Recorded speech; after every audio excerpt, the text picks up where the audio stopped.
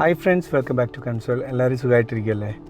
ഇന്ന് നമ്മൾ യാത്ര പോകാൻ പോകുന്നത് അതല്ലെങ്കിൽ ഒരു ടാറ്റ പഞ്ച് EV എന്ന കാറിൻ്റെ ആക്ച്വൽ റേഞ്ച് അല്ലെങ്കിൽ അതിൻ്റെ ഡ്രൈവിംഗ് കംഫർട്ടബിലിറ്റി ഇതൊക്കെയാണ് ടെസ്റ്റ് ചെയ്യാൻ പോകുന്നത്. നമ്മളിന്നിപ്പോൾ ഇവിടുന്ന് കൊല്ലം കൊട്ടാരക്കര അടുത്ത് നിന്ന് നമ്മൾ കണ്ണൂരേക്ക് യാത്ര പോവുകയാണ്. ഏകദേശം 435 കിലോമീറ്ററോളം നമുക്ക് യാത്ര ചെയ്യാനുണ്ട്. നമുക്കറിയാം ടാറ്റ പഞ്ച് EVയുടെ റേഞ്ച് അവർ ക്ലെയിം ചെയ്തിരിക്കുന്നത് 400 സംതിങ് ആണ്. അപ്പോൾ റിയൽ ലൈഫിൽ അത് നമുക്ക് എത്രത്തോളം കിട്ടും എന്നുള്ള കാര്യങ്ങളൊക്കെയാണ് നമ്മൾ നോക്കുന്നത്. ഇപ്പം ഞാൻ നമ്മളുടെ വീട്ടിൽ കഴിഞ്ഞ ദിവസം സ്ലോ ചാർജിൽ വണ്ടി ഫുൾ 100% ചാർജ് ചെയ്തിട്ടുണ്ട്. 355 കിലോമീറ്ററാണ് റേഞ്ച് കാണിക്കുന്നത്. അതും 100%ലാണ് ഇവിടെ കിടക്കുന്നത്. അപ്പോൾ ഇതിനകത്ത് നമ്മളിപ്പോൾ എക്കോ മോഡ് ഓൺ ആയിട്ടാണ് കിടക്കുന്നത്. ഇപ്പോൾ നോർമലി വണ്ടി സ്റ്റാർട്ട് ചെയ്യുമ്പോൾ എക്കോ മോഡ് ഓഫ് ആയിരിക്കും, സിറ്റി ഡ്രൈവ് മോഡായിരിക്കും. പിന്നെ അതുപോലെ തന്നെ നമ്മളുടെ റീജനറേറ്റിംഗ് ബ്രേക്കിംഗ് സിസ്റ്റം അത് ഇവിടെ 3 സ്റ്റെപ്പുണ്ട്. അതിൽ നമ്മൾ എടുക്കുമ്പോൾ തന്നെ ഈ ഒരു ഒറ്റ സ്റ്റെപ്പേ ഉണ്ടാവുള്ളൂ. ഈ ഒരു സ്റ്റേജിൽ നമുക്ക് 330 കിലോമീറ്ററാണ് നമുക്ക് മൈലേജ് കിട്ടുന്നത് അല്ലെങ്കിൽ റേഞ്ച് കിട്ടുന്നത്. അപ്പോൾ ആദ്യം തന്നെ നമ്മൾ വണ്ടി എടുക്കുമ്പോൾ നമ്മുടെ മൈലേജ് കുറച്ച് ഒപ്റ്റിമൈസ് ചെയ്യാനായിട്ട് അല്ലെങ്കിൽ കുറച്ചുകൂടെ എൻഹാൻസ് ചെയ്യാനായിട്ട് നമ്മൾ ചെയ്യേണ്ടത് എന്താണെന്ന് വെച്ച് കഴിഞ്ഞാൽ ആദ്യം റീജനറേറ്റ് ബ്രേക്കിംഗ് സിസ്റ്റം മാക്സിമം മോഡിലേക്ക് ആക്കുക. അപ്പോൾ ഒന്നുകൂടെ പ്രസ് ചെയ്യുമ്പോൾ തന്നെ നമുക്ക് 343 റേഞ്ച് കാണിക്കുന്നുണ്ട്. പിന്നെ അടുത്ത ഓപ്ഷൻ എന്ന് വെച്ച് കഴിഞ്ഞാൽ നമുക്കിവിടെ ഈ എക്കോ മോഡിലേക്ക് എനേബിൾ ചെയ്യുക. എക്കോ മോഡ് എനേബിൾ ചെയ്യുമ്പോൾ 355 കിലോമീറ്ററായി. ഇനി AC കൂടെ ഓഫ് ചെയ്യുകയാണെങ്കിൽ നമുക്ക് 394 കിലോമീറ്ററാണ് ഇപ്പോൾ കിട്ടുന്നത്. ഇതാണ് ഇതിൻ്റെ മാക്സിമം കിട്ടാവുന്ന റേഞ്ച്. പക്ഷേ നമുക്കറിയാം ഇപ്പോഴത്തെ ഈ ഒരു ചൂടിൽ നമുക്കൊരിക്കലും AC ഒന്നും ഓഫ് ചെയ്ത് പോകാൻ പറ്റത്തില്ല. അതുകൊണ്ട് ഞാൻ ആദ്യം തന്നെ AC ഓൺ ചെയ്യുകയാണ്. 355 കിലോമീറ്ററാണ് ഇപ്പോൾ ഇതിൻ്റെ റേഞ്ച് കാണിക്കുന്നത്. പക്ഷേ ബാക്കിയുള്ള സെറ്റിങ്സ് എല്ലാം ഞാൻ അതുപോലെ തന്നെ കീപ്പ് ചെയ്യുകയാണ്. കാര്യം maximum regenerating braking system enable ചെയ്തിട്ടുണ്ട്. അതുപോലെ തന്നെ എക്കോ മോഡ് എനേബിൾ ചെയ്തിട്ടുണ്ട്. ഇനിയിപ്പം 355 എന്ന് പറയുന്നത് ഞാനൊരു 280 to 300 ആണ് എക്സ്പെക്റ്റ് ചെയ്യുന്നത്. പക്ഷേ ഞാൻ ഇവിടുന്ന് പോയാൽ ഇനി ചാർജ് ചെയ്യാൻ ഉദ്ദേശിക്കുന്നത് തൃശ്ശൂരാണ്. അങ്ങനെ നോക്കുകയാണെങ്കിൽ 240 കിലോമീറ്ററേ ഉള്ളൂ. അപ്പോൾ നമ്മൾ 300 കിലോമീറ്ററോളം നമ്മളത് യൂസ് ചെയ്യുന്നില്ല. ഈ പാർക്കിംഗ് കുറച്ച് നാരോ സ്പേസ് ആയതുകൊണ്ട് നമുക്കിതിൻ്റെ ഈ 360 ക്യാമറയുടെ ഫെസിലിറ്റി നമുക്ക് യൂസ് ചെയ്യാം. അത് ചില സ്ഥലത്ത് ഇതുപോലുള്ള സ്ഥലത്ത് നമുക്ക് ഭയങ്കര യൂസർ ഫ്രണ്ട്ലിയാണ്. അപ്പം ഈ 2 വണ്ടിയും കിടക്കുന്നത് കൊണ്ട് ഇവിടെ ഞാൻ പാർക്ക് ചെയ്തിരിക്കുന്ന ഇത് ചാർജ് ചെയ്യാൻ വേണ്ടി ഒരു ടൈറ്റ് സ്പേസിലാണ് ഇട്ടിരിക്കുന്നത്.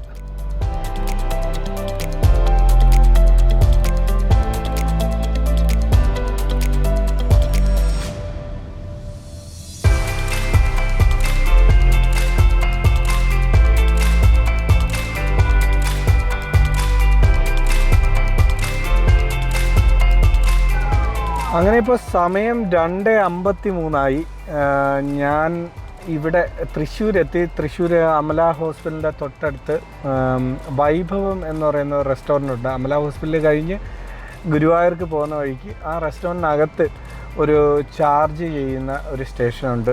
ഗോ ഈസി ഗോ അങ്ങനെ എന്തോ അതിൻ്റെ പേര്. ഞാൻ ഇപ്പോൾ അങ്ങോട്ടേക്കാണ് പോകാൻ പോകുന്നത്. ഇപ്പോൾ നമുക്ക് റേഞ്ച് ബാലൻസ് കാണിക്കുന്നത് 47 ആണ്. 20% ബാക്കിയുണ്ട്. 236 കിലോമീറ്റർ നമ്മൾ ഓടി. ഒറ്റ ചാർജിൽ തന്നെ നമ്മൾ ഇവിടെ കൊല്ലത്തുനിന്ന് തൃശ്ശൂർ എത്തിയിട്ടുണ്ട്. നമുക്ക് മുന്നേ പോയ വണ്ടി ഇതാ തിരിച്ചു പോകുന്നുണ്ടോ? എന്താണെന്ന് വെച്ച് കഴിഞ്ഞാൽ അവർ പുതിയൊരു ചാർജറിൻ്റെ ഇൻസ്റ്റാളേഷൻ അവിടെ ചെയ്യുന്നത്. അതുകൊണ്ട് ഒരു വണ്ടി അവിടെ ചാർജ് ചെയ്യാൻ പറ്റില്ല. ഇനിയിപ്പം ഞാൻ ചാർജ് മോഡ് എന്ന് പറയുന്ന ആപ്ലിക്കേഷൻ യൂസ് ചെയ്തിട്ട് അടുത്ത് നോക്കിയത് ഇവിടെ തൊട്ടടുത്ത് തന്നെ ഒരു 7 കിലോമീറ്ററിനുള്ളിൽ നമുക്ക് അടുത്ത പോയിൻ്റ് ഉണ്ട്. ഇപ്പം നമ്മൾ തൃശ്ശൂർ കേച്ചേരി ജംഗ്ഷനിലുള്ള എക്സിക്കോം എന്ന് പറയുന്ന ഈ ഒരു ചാർജിൻ്റെ അടുത്താണ് വന്നിരിക്കുന്നത്. ഇവിടെ നമുക്ക് ചാർജ് മോഡിൽ എങ്ങനെയാണ് ഇത് ചാർജ് ചെയ്യുന്നതെന്ന് നോക്കാം. ഗണ്ണൊക്കെ അത്യാവശ്യം നല്ല വെയിറ്റ് ഉണ്ട് കേട്ടോ.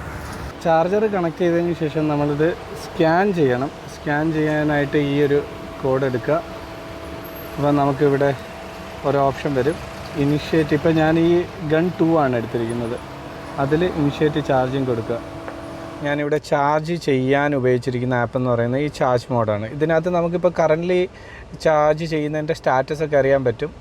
50% നമ്മളുടെ വണ്ടിയിലിപ്പം ചാർജ് ആയിട്ടുണ്ട്. പിന്നെ ബാക്കിലോട്ട് പോവുകയാണെങ്കിൽ പലപ്പോഴും നമ്മൾ ചെയ്യുന്നത് ഇതുപോലെ സ്കാൻ ചെയ്തിട്ടാണ് നമ്മൾ ഇത് ചൂസ് ചെയ്യുന്നത്. അതുകൊണ്ട് അവിടുത്തെ അവിടെ ഒരു ഓപ്ഷൻ ഉണ്ട്, QR കോഡുണ്ട്. അത് സ്കാൻ ചെയ്തിട്ടാണ് നമ്മൾ ചാർജിങ് മോഡ് ഓൺ ചെയ്യുന്നത്. പക്ഷേ ഇവിടെ വന്നൊരു ട്വിസ്റ്റ് എന്താണെന്ന് വെച്ച് കഴിഞ്ഞാൽ, അങ്ങനെ ചെയ്യുമ്പോൾ മിക്ക സ്ഥലത്തും ഈ ചാർജ് മോഡിൻ്റെ ആപ്ലിക്കേഷൻ എറർ ആവുകയോ ചാർജ് വരാതെ ഇരിക്കുകയോ ചെയ്യും. അപ്പോൾ അവർ പറയുന്നത് എവിടെയാണോ നമ്മൾ ചാർജ് ചെയ്യുന്നത് അവിടെ അതുപോലൊരു ഹെൽപ്പ് ലൈൻ നമ്പർ ഉണ്ടാവും. ആ നമ്പറിൽ വിളിച്ച് കഴിഞ്ഞാൽ നമ്മളുടെ മൊബൈൽ നമ്പർ കൊടുത്തു കഴിഞ്ഞാൽ അവർ ചാർജ് എനേബിൾ ചെയ്യും. നമ്മൾ ഈ QR കോഡൊന്നും സ്കാൻ ചെയ്ത് എറർ വരണ്ട എന്ന്. അപ്പോൾ അങ്ങനെയാണ് ഇപ്പോൾ നമ്മളും ചാർജ് സ്റ്റാർട്ട് ചെയ്തിരിക്കുന്നത്. ഇപ്പോൾ ചാർജ് ചെയ്യുമ്പോൾ തന്നെ നമുക്ക് ഇവിടെ ഈ വണ്ടിയിൽ AC ഒക്കെ ഇട്ടിരിക്കാം. അതൊരു ഹെൽപ്പാണ്. കാര്യം പുറത്ത് നല്ല ചൂടുണ്ട്. എല്ലാ ചാർജ് മോഡിൻ്റെ സ്റ്റേഷനിലും നമുക്ക് KCB അല്ല ചാർജിങ് സ്റ്റേഷൻസ് പ്രൊവൈഡ് ചെയ്യുന്നത്. ഇതുപോലുള്ള പ്രൈവറ്റ് ആളുകളുമുണ്ട്. അപ്പോൾ ഈ പ്രൈവറ്റ് ആളുകളുടെ ചാർജിങ് സ്റ്റേഷൻസ് യൂസ് ചെയ്യുമ്പോൾ നമുക്ക് ഇതിനകത്ത് സബ്സ്ക്രിപ്ഷൻ പ്ലാനുകളുണ്ട്. അതായത് മൊബൈൽ റീചാർജ് ചെയ്യുന്ന പോലെ ഒരു ബാലൻസ് എടുത്തു കഴിഞ്ഞാൽ അതൊരു 28 ദിവസം, ഒരു മാസമൊക്കെ നമുക്ക് ഉപയോഗിക്കാൻ പറ്റുള്ളൂ. വേറൊരു ഓപ്ഷനുണ്ട്, അൺലിമിറ്റഡ് വാലിഡിറ്റി ഉള്ള ഒരു ഓപ്ഷനുണ്ട്. അത് ഞാൻ ആദ്യം വന്നപ്പോൾ അതാണ് റീചാർജ് ചെയ്തത്. അത് ഇവിടെ നമുക്ക് ഓപ്പറേറ്റ് ചെയ്യാനും പറ്റിയില്ല. അവർ വിളിച്ചു ചോദിച്ചപ്പോൾ പറഞ്ഞ് അൺലിമിറ്റഡ് ഇത് വാലിഡിറ്റി ഉള്ള റീചാർജ് ചെയ്ത് കഴിഞ്ഞാൽ അത് നമുക്ക് KCBയിൽ മാത്രമേ ചെയ്യാൻ പറ്റുള്ളൂ. ഇവിടെ അത് ചെയ്യാൻ പറ്റത്തില്ല. ഇവിടെ പിന്നെ വാലിഡിറ്റി ഉള്ള അതായത് 28 ദിവസം വാലിഡിറ്റി ഉള്ള ഒരെണ്ണം വീണ്ടും ചെയ്യേണ്ടി വന്നു. പക്ഷേ ഈ ഒരു മാസത്തിനുള്ളിൽ അത് ഉപയോഗിച്ച് തീർത്തില്ലെങ്കിൽ അത് ബാലൻസ് എക്സ്പയർ ആയിപ്പോവും. അപ്പോൾ ഇത് നമുക്ക് ഫുള്ളി ചാർജ് ആവാനായിട്ട് എടുക്കുന്ന സമയം എന്ന് പറയുന്നത് 1 മണിക്കൂറും 15 മിനിറ്റുമാണ്. അപ്പോൾ ഇനി കണ്ണൂർക്ക് പോകാനായിട്ട് എന്തായാലും ഞാനിവിടെ ചാർജ് ചെയ്തിട്ട് ഇവിടെ തൊട്ടടുത്താണ് എൻ്റെ ഇവിടുത്തെ തൃശ്ശൂരെ വീടുള്ളത്. അപ്പം അവിടെ നിന്ന് കയറി റെസ്റ്റ് എടുത്തിട്ടൊക്കെ പോവുള്ളൂ. അങ്ങനെ ഇപ്പം നമ്മളുടെ ചാർജിങ് ഒക്കെ കംപ്ലീറ്റ് ആയിട്ടുണ്ട്. 100% ആയി. പക്ഷേ ഇപ്പോഴും റേഞ്ച് കാണിക്കുന്നത് 253 ആണ്. അതെന്താണെന്ന് വെച്ച് കഴിഞ്ഞാൽ നമ്മുടെ അവസാനത്തെ ഡ്രൈവ്, കുറച്ച് കിലോമീറ്ററിൻ്റെ ഡ്രൈവ് എങ്ങനെയായിരുന്നു അതിനെയാണ് ഇത് കാൽക്കുലേറ്റ് ചെയ്യുന്നത്. അപ്പോൾ ഇനിയിപ്പോൾ എന്തായാലും ഇതൊക്കെ കഴിഞ്ഞ് ഇവിടുന്ന് പോവുകയാണ്. അങ്ങനെ ഇന്നലെ ഞാൻ സ്റ്റേ ചെയ്തത് ഇവിടെ തൃശ്ശൂർ തന്നെയാണ്. കാരണം എന്താണെന്ന് വെച്ച് കഴിഞ്ഞാൽ ആദ്യം ഞാൻ അങ്ങോട്ടേക്ക് പോകാനായിട്ട് പ്ലാൻ ചെയ്തിരുന്നു. പക്ഷേ പോകുന്ന വഴിക്ക് ഉത്സവവും സംഭവമൊക്കെ ആയിട്ട് ഒരു 60-70 കിലോമീറ്റർ ചെന്നപ്പോൾ തിരൂർ ചെന്നപ്പോഴാണ് ഈ ഉത്സവത്തിൻ്റെ തിരക്കൊക്കെ ആയി. പിന്നെ ഞാൻ തിരിച്ചു വന്നു. രാത്രി ഇവിടെ സ്റ്റേ ചെയ്തു. വണ്ടി ഇവിടെ സ്ലോ ചാർജിന് ഇട്ടു, എഗെയിൻ ഫുൾ ചാർജ് ആക്കി.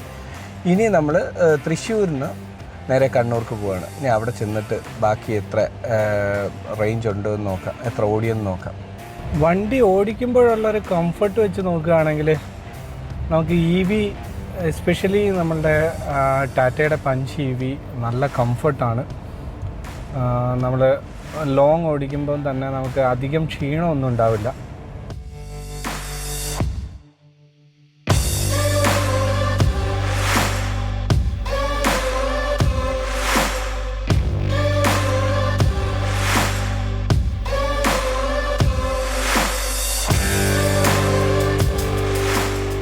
അങ്ങനെ ഇപ്പോൾ നമ്മൾ കണ്ണൂർ എത്തിയപ്പോൾ ദാണ്ടെ ഇവിടുന്ന് 76 കിലോമീറ്ററാണ് ഇനി കാണിക്കുന്നത്.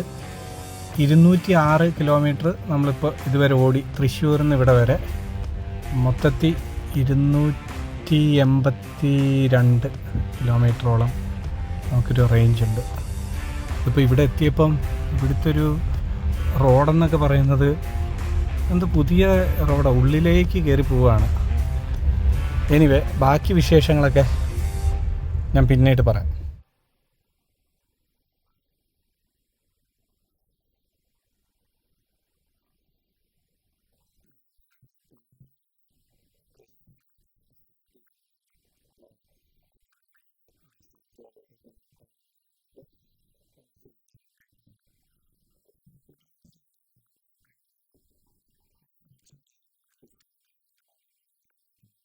ഇപ്പോൾ നമ്മളുടെ കാറ് ഫാസ്റ്റ് ചാർജാണ് ചെയ്യുന്നതെങ്കിൽ നമുക്ക് എത്രത്തോളം കോസ്റ്റ് എഫക്റ്റീവ് ആണെന്ന് നോക്കാം. അതായത് 1 കിലോമീറ്റർ റൺ ചെയ്യാനായിട്ട് എത്ര രൂപയാകും എന്ന് നോക്കാം.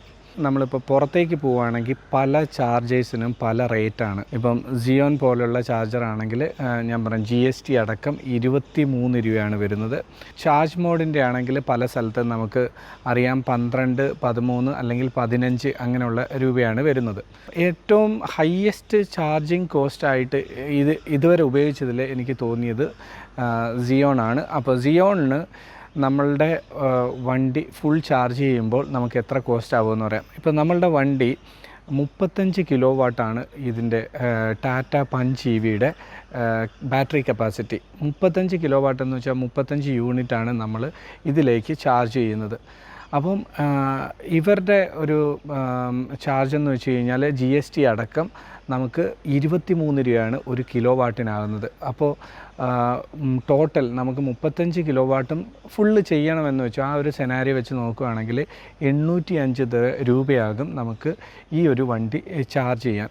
അപ്പം ഒരു കിലോമീറ്ററിന് നമുക്കാവുന്നത് 2 രൂപ 80 പൈസയാണ്. നേരെ മറിച്ച് നമ്മളുടെ വീട്ടിലത്തെ ചാർജാണ് യൂസ് ചെയ്യുന്നതെങ്കിൽ നമുക്ക് 7 രൂപ ഒക്കെയാണ് വാട്ട്സിന് ഒരു കിലോ വാട്ടിന് അല്ലെങ്കിൽ ഒരു യൂണിറ്റിനാകുന്നത് എന്ന് വെച്ച് കഴിഞ്ഞാൽ നമുക്ക് 1 രൂപയെ താഴെ ഏകദേശം 80 പൈസയ്ക്കൊക്കെ നമുക്ക് വണ്ടി 1 കിലോമീറ്റർ റൺ ചെയ്യാൻ സാധിക്കും. ഇപ്പോൾ നമ്മൾ റൺ ചെയ്യുന്നത് 1 കിലോമീറ്ററിന് 2 രൂപ 80 പൈസ കൊടുത്തിട്ടാണ്, അല്ലെ 2 രൂപ 83 പൈസ കൊടുത്തിട്ടാണ്. ഇതാണ് നമ്മളുടെ ചാർജിങ്ങിൻ്റെ ഒരു അപ്ഡേഷൻ എന്ന് പറയുന്നത്. എന്നിരുന്നാൽ പോലും നമ്മൾ എപ്പോഴും ഈ ഫാസ്റ്റ് ചാർജ് ചെയ്യേണ്ട ആവശ്യമില്ല. നമ്മളുടെ ഈ ഒരു വണ്ടിയുടെ പ്രത്യേകത എന്ന് വെച്ച് കഴിഞ്ഞാൽ ലോങ് റേഞ്ചാണ്. ഇപ്പം എനിക്ക് എൻ്റെ ഒരു പർപ്പസിൽ ഞാൻ കൂടിപ്പോയാൽ കൊല്ലത്ത് നിന്ന് തൃശ്ശൂർ വരെ ഒറ്റ സ്ട്രെച്ചിൽ വരും. അത് എനിക്ക് വീട്ടിൽ നിന്ന് ചാർജ് ചെയ്താൽ പിന്നെ തൃശ്ശൂർ വീട്ടിൽ വന്ന് നിന്ന് ചാർജ് ചെയ്താൽ മതി. ലോങ് പോകുമ്പോൾ മാത്രം എനിക്ക് ഇത്രയും കോസ്റ്റ് ചിലവാക്കി അല്ലെങ്കിൽ ഉള്ളതിലേറ്റവും റേറ്റ് കൊടുത്ത് നമുക്ക് ചാർജ് ചെയ്യേണ്ട ആവശ്യമുള്ളൂ. എന്നാലും 805 രൂപയാണ് മാക്സിമം നമുക്ക് വരുന്നത്.